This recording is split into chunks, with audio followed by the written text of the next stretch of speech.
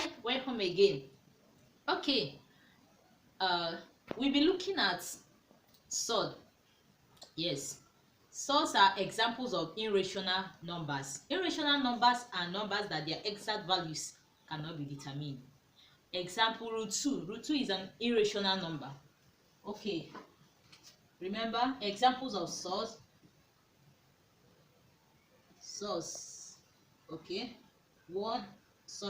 we have root 2, we have root 12, we have root 13, we have roots 20, and so on and so forth. These are irrational numbers, okay, because their exact values cannot be determined. Remember, root 4 is not a surd. Yes, because the exact value can be determined.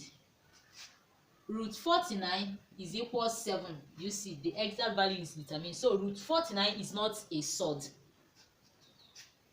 Root 81 is equals 9, so root 81 is not a surd. So a surd is the root of a number that is not a perfect square. Now we'll be looking at rules of surd. Basically, we have 4 rules. Okay, now rule number 1, square root of a plus b, or root a plus b, is not equal to root a plus root b. So whenever you have something like this, you are not meant to separate it, because they will not give you the same thing. Take for instance, for example, if you have root 2 plus, for example, if you have root 3 plus 2, which is equal to root 5, which is root 5. So we are saying that it is not the same by separating it. That is root 3 plus root 2. They are not the same. So whenever you have this, don't put it this way, because they are not the same. Rule number 2, root a minus b is not the same with root a minus root b. Example, root 5 minus 2 is not the same. Remember, root 5 minus 2 gives us root 3. So it's not the same by saying root 5 minus root 2. Separating it will not give you the same answer. So it is very wrong to separate this. When you have this, it is very wrong to separate it. Yes. Let's look at rule number 3. When we have root ab, which is also root a times b, so it is equal to root a times root b. Yes. When it is multiplication, you can separate it. Yes, you will still arrive at the same answer. Example, root 3 times 2, it will still give you root 3 times root 2. You can separate it. Remember, this is root 6 and this is equal to root 6. So they are the same. Whenever it is multiplication, you are free to separate it.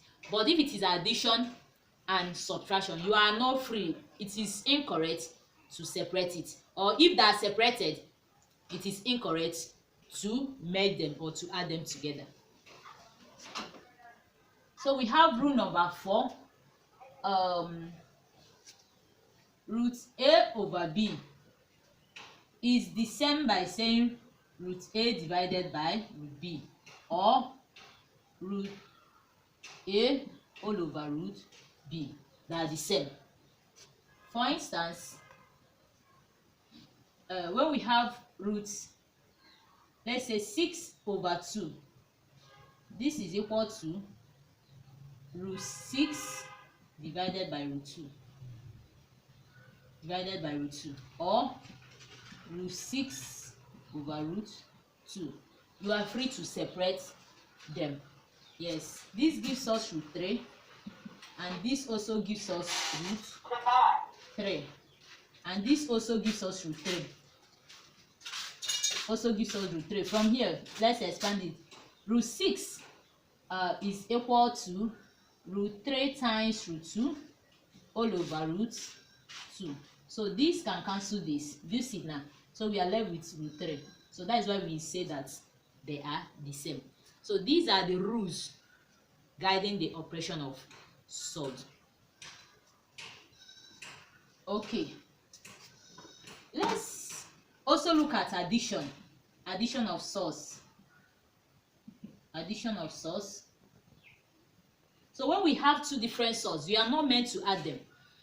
Okay, let's say root 3 plus root 2. Just leave it that way.